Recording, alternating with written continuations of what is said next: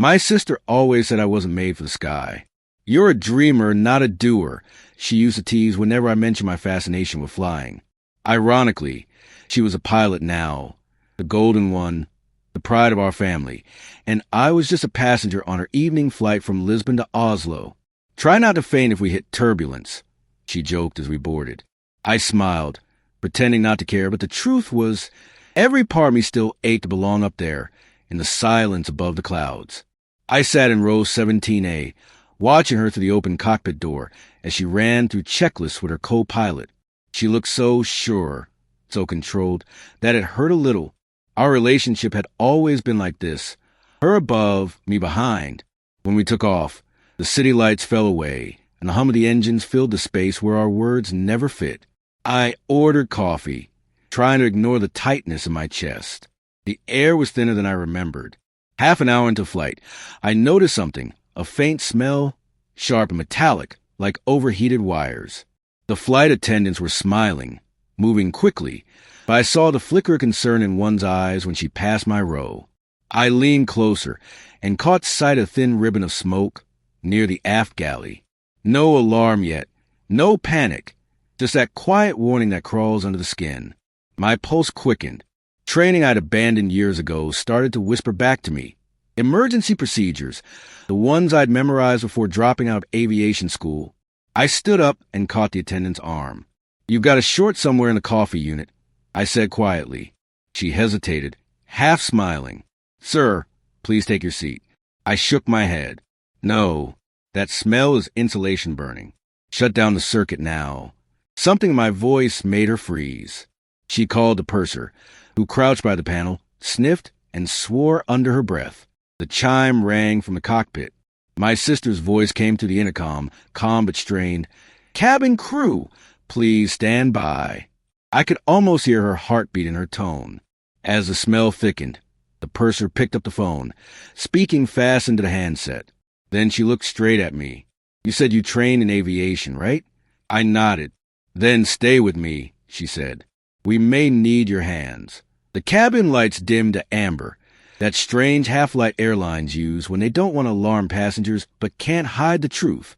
I followed the purser to the galley, where the smell was stronger, electric, poisonous.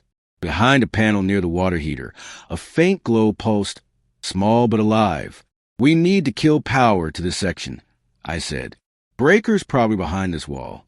She hesitated. "You sure?" "Positive." I remembered diagrams, the ones I used to draw in notebooks long after class was over. My hands moved like they'd never forgotten.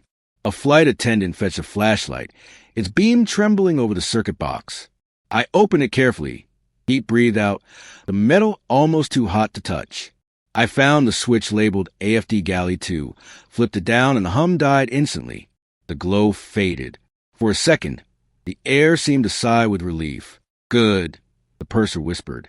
But smoke still coiled, faint but persistent. "We need to vent it." She pointed to the service hatch. Together we cracked it open a few centimeters, enough to let pressure push the smoke outward. A hiss, then a rush of cold air swallowed the burning smell. The intercom buzzed. My sister's voice again. "Cabin, report." The purser answered, calm but tight. "Local electrical fire contained. No visible flame. Possible insulation damage." There was a pause. Then my sister asked, "Is he with you?" The purser glanced at me, puzzled. "Yes, ma'am." Silence, then, "Keep him there? He knows what he's doing." I felt my throat tighten. She remembered. All those years ago, I'd walked away from flight school, from our father's dreams, from hers. She'd never forgiven me. But now, up here, we were back in the same sky, the same instinct. Passengers were whispering now, craning their necks. The purser briefed them softly. Minor technical issue, fully under control. I nodded in agreement, forcing a smile that didn't match my pulse. Then, through the galley window, I saw something else, a faint flicker of light near the wing root, outside. "That's not reflection," I muttered. "That's arc flash." The purser followed my gaze, her face draining of color. "We need to tell the cockpit. Now." She lifted the handset, but the line crackled dead. The power cut had silenced the rear interphone. My heart began to hammer. Manual interphone's offline, I said. We'll have to go forward. I grabbed the extinguisher, nodded to her, and started down the aisle. The passengers fell silent, eyes wide, and in the distance, through the open curtain, I saw my sister's shadow turn in the cockpit window, as if she already felt that something worse was coming.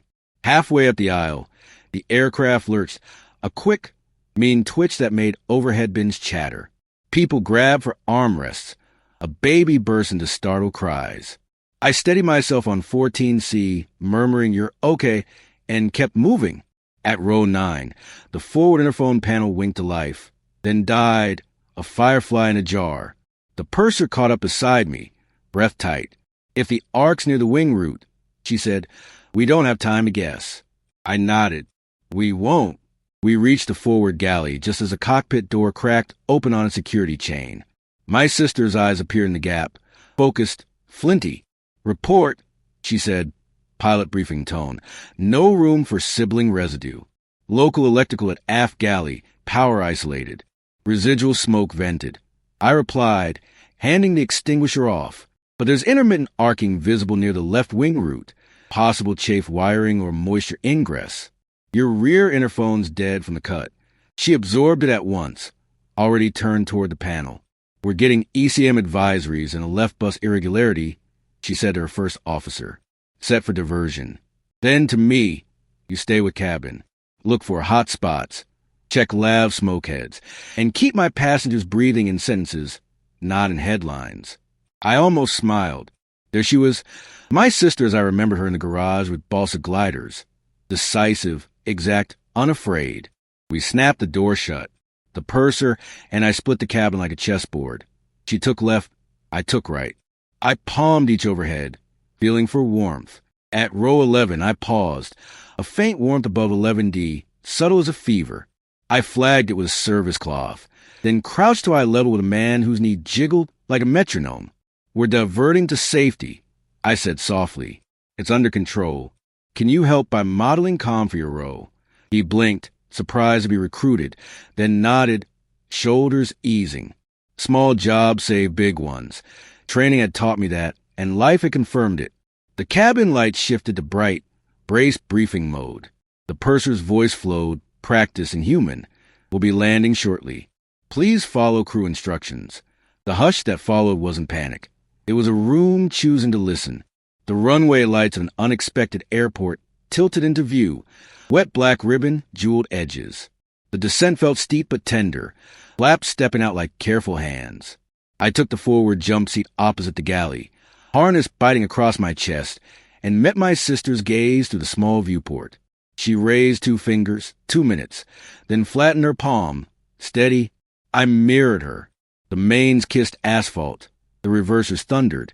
The plane's long shudder became a purr. When we turned off the active, blue strobes painted the cabin. Relief rolled down the aisle in a wave you could almost see. I let out a breath that had been living in me for years. For the first time since takeoff, I wasn't a passenger in our story. We stopped short on a remote stand, engine spooling down to a hush that felt like a hell breath finally exhaled. The door cracked and winter rushed in. Kerosene, cold, blue strobe skipping across faces. Fire crews ringed the wing, their headlamps moving like thoughtful stars. The purser's hand touched my shoulder, gratitude without ceremony. Then she flowed into the deplaning brief, voice steady, body language calm. People listened. A child waved at the firefighters. A businessman whispered, "Thank you," to nobody in particular. I unlatched and went row to row with a practiced smile, collecting loose fear the way you gather cups after service. Maintenance climbed aboard with handheld sniffers and a thermal camera. I showed them the hot spot over 11D and the aft galley panel we'd killed. They nodded, all business. Through the oval window, I watched the tech open a wing root panel. Sparks didn't fly. Thank God, but the beam lingered, and I saw heads tilting that dared his way. The purser relayed updates to the cabin as if she were narrating a recipe. Simple steps, no drama. My chest loosened. We had not been lucky. We had been prepared, and the sky had respected that. When the last passenger stepped onto the stairs, my sister appeared at door 1L, epaulets catching the emergency light. For a heartbeat, we were just siblings in our father's garage again. hands greasy with glue, arguing about dihedral angles. Then her command returned, and she tipped her head toward the jet bridge. Walk with me. We cut through the cold to a quiet corner of the terminal where the glass showed our aircraft crouched like a patient animal. She leaned on the rail, eyes on the wing. You saw it before I did, she said, not a question. You moved before I asked. I swallowed. I remembered what you taught me without meaning to. She huffed a laugh, small, surprised. I didn't teach you the part where you keep a cabin breathing. I shrugged, awkward and borrowed authority. I learned that on the ground, when life kept catching fire. Her mouth softened. You didn't feign in turbulence, she said. You stood in it. She held out a hand. Simple, level. Stay on this leg with the crew. Sit in my briefings. If you want back in, start where you are. My answer landed before my fear could.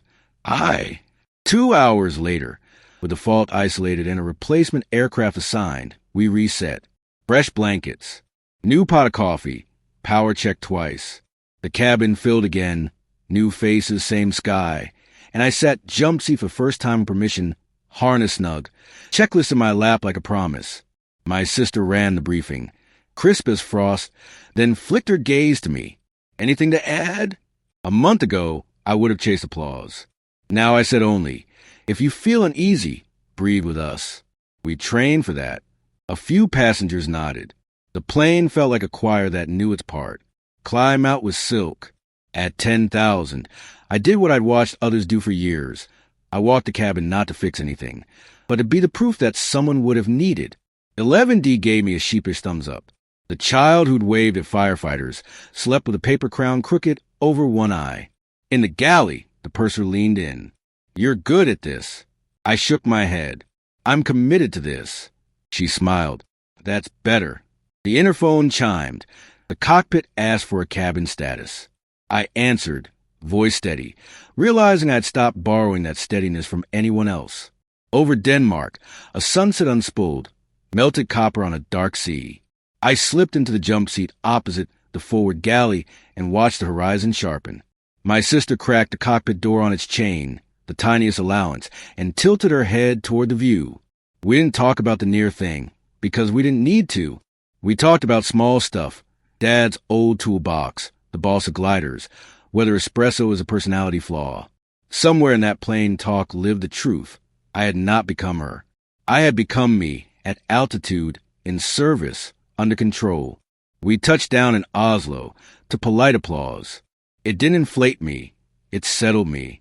At the gate, as people filed past with their rolling lives, a woman paused at my row. I'm terrified of flying, she said matter of fact. Today I watch you be calm. It helped. I thanked her genuinely and stored the sentence where I keep the good tools. At the terminal door, my sister tapped my shoulder. Tomorrow, she said, report at 0600. No guarantees, lots of work. I grinned. Perfect. She laughed, then couldn't help herself, rolled her eyes. Dreamer, she said, but the word had changed shape. It had grown a spine. 0600 smelled like jet fuel and floor polish. I signed a visitor badge at Ops and found my sister already in the briefing room. Coffee in one hand, tablet in the other. No grand welcome. Just a chin lift and a spare copy of the emergency procedures manual slid across the table. You asked to start where you are, she said. So we start with doors, slides, smoke, and people. The purser from last night, Elise, joined us with that steady smile that makes a cabin choose calm. Shadow me, she said. You'll run checks. I'll run you. I nodded, pulse quick but clean. This wasn't glory. It was craft. We walked an empty aircraft on a training stand. I traced seals with my fingertips, called out armed, disarmed, cross-check. I practiced the PA until the script stopped sounding like a spell and started sounding like help. In the smoke hood, the world narrowed to breath and touch. I learned to count steps by palms skimming overhead bins. Elise timed my drills, corrected my stance, shaved seconds from hesitation. My sister watched in the galley, expression unreadable except for the smallest till of approval when I shaved those seconds again. Between reps, she tossed me questions like wrenches, lithium battery runoff, incapacitated pilot protocol, unruly PAX de-escalation. I answered from the place where last night still lived, decisive, but not loud. By noon, we were airborne on a short positioning leg. Light load, training authorized. Elise handed me the PA. "Your turn," she said. I pressed a button and let my voice be a room people could stand in. "Good afternoon. You are safe. If at any point you feel uneasy, breathe with us." We trained for turbulence, both kinds. A chuckle rolled down row 8. A tension line snapped somewhere near 12C. Later, a man with white knuckles showed me his hands. We matched breaths until the color came back. At top of descent, my sister cracked the cockpit door on its chain. "Brace commands," she quizzed. I called them clean, cadence even. She closed the door with a sound that, to me, meant copy. On the ground, HR paperwork felt almost sacramental, medical, recurrent dates, probationary terms. "Cabin apprentice," the form said. I signed not to become her, but to become useful on purpose. In the crew room, my sister handed me an old balsa glider from a desk drawer, our father's, sanded smooth. "Keep this," she said, not as a wish, as a reminder. I launched it gently. It arc corrected and settled. Exactly what I wanted for us. When the day ended, we walked across the tarmac together, the engines of other aircraft humming like distant applause. The sunset bled to the hangars in streaks of orange and silver, and for the first time in years, my sister and I were side by side without rivalry, without distance, just two people who had survived the same sky. "You know," she said, watching a plane lift off, "Dad would have loved to see this." I smiled. "Maybe he just did." She laughed softly, the sound warm against the cold wind. And for a moment, I realized that forgiveness isn't a single gesture. It's a series of safe landings. That night, alone in the crew quarters, I placed the balsa glider on the windowsill. Outside, the runway lights blinked like heartbeat monitors, steady and patient. I thought of every version of myself that had failed, of every word unsaid between siblings who forgot they were on the same flight all along. Tomorrow would bring drills, mistakes, learning, but it would also bring altitude. I finally belonged up there, not because I'd proven her wrong, but because I'd proven to both of us that control doesn't mean pride. It means calm and motion. The sky was still waiting, and this time I was ready to meet it.